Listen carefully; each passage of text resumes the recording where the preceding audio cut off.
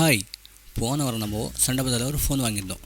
அந்த ஃபோனுக்கு டிஸ்பிளே போடுறதுக்கு இன்றைக்கி எக்ஸ்பிரட் போக போகிறோம்.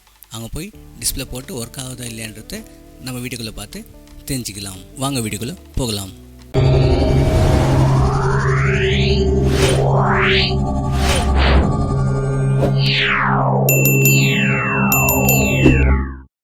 இந்த ஃபோனை தான் நம்ம போன வாரம் சண்டை பஜாரில் வாங்கினோம்.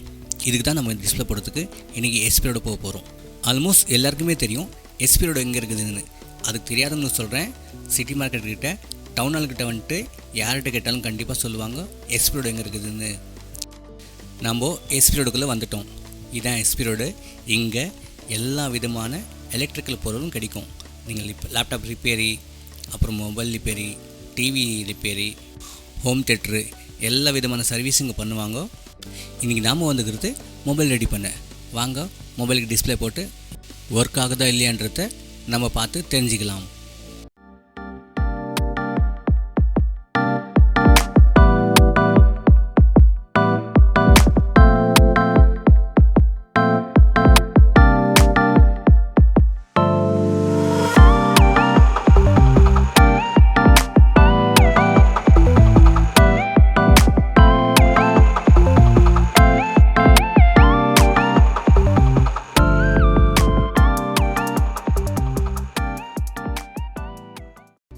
இந்த கடை தாங்க.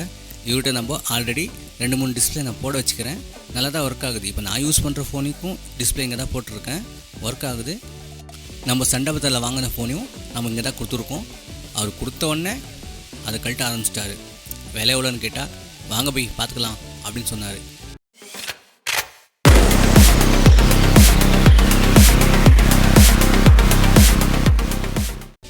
அவருக்குள்ள ஃபோனை கொடுத்த உடனே அவர் பேனல் கழட்டி அதோட பேட்ரி கழட்டிட்டு அதுக்கப்புறம் அதோட பழைய டிஸ்பிளே கழட்டி நம்ம கையிலே கொடுத்துட்டாருங்க.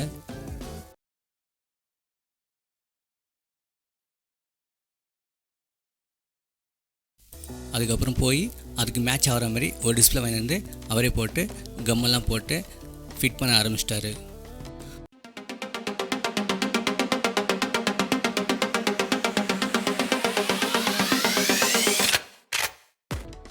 அதுக்கப்புறம் பட்டனை போட்டு அழுத்தி ஆன் பண்ணார்.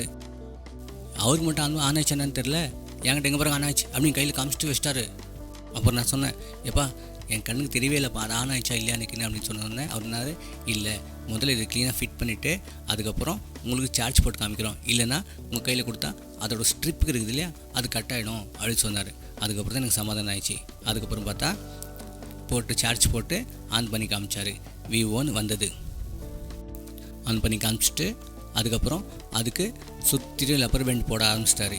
ஏன் லப்பர் பேண்ட் போடுறீங்கன்னு கேட்டால், இல்லை கம் போட்டிருக்கேன் இல்லையா அந்த கம்மு க்ளீனாக உட்காரணும், இல்லைன்னா டிஸ்பிளே கழட்டின்னு வந்துடும், அதுக்காக தான் இந்த லப்பர் பேண்ட்டுன்னு சொன்னார்.